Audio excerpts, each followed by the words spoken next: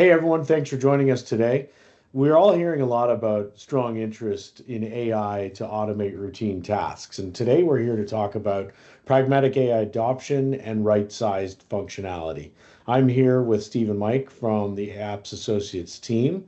And as I said, AI is on everyone's minds today, but utility companies are especially cautious when it comes to over-engineering.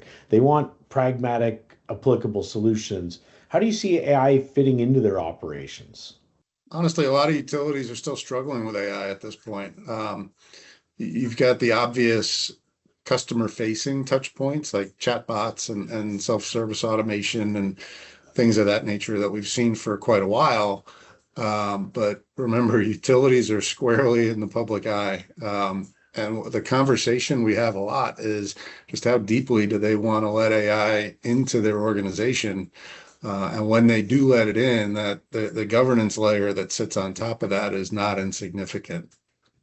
One of the other considerations that we're seeing also is that we want to be really practical about the use of, say, AI agents. Oracle's rolling a lot of these out that are native in the applications. For instance, the processing and invoice and payables, or utilizing it within some of the talent modules in HCM.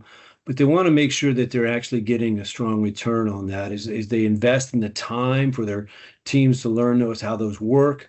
They also want to have a pretty good measurement of how effective and are they getting a return on rolling those things out, because it takes time and effort and training and so forth to get the team acclimated to them.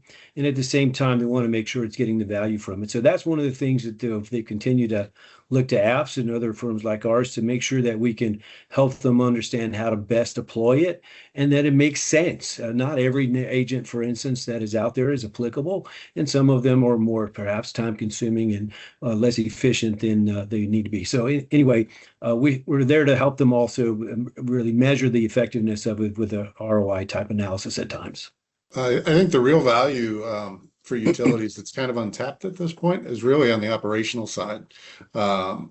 Areas like predictive asset maintenance and asset management, and even really grid optimization and stability. When you start talking about being able to take weather patterns and environmental conditions and trends like that and layer them in with your infrastructure maintenance trends and infrastructure performance history, becomes a really valuable tool in managing and preventing outages. And when they can't be prevented, at least being more prepared for restoration. So it's got the potential to be a very, very valuable tool.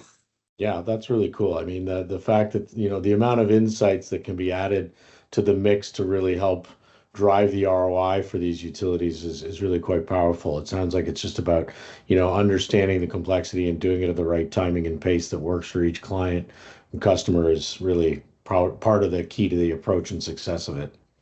Yep, that's exactly right. Awesome. Well, thanks for your time, gentlemen. And if you want to learn more about what we do together in utilities and what we can do together in utilities, reach out to us. We'd love to hear from you.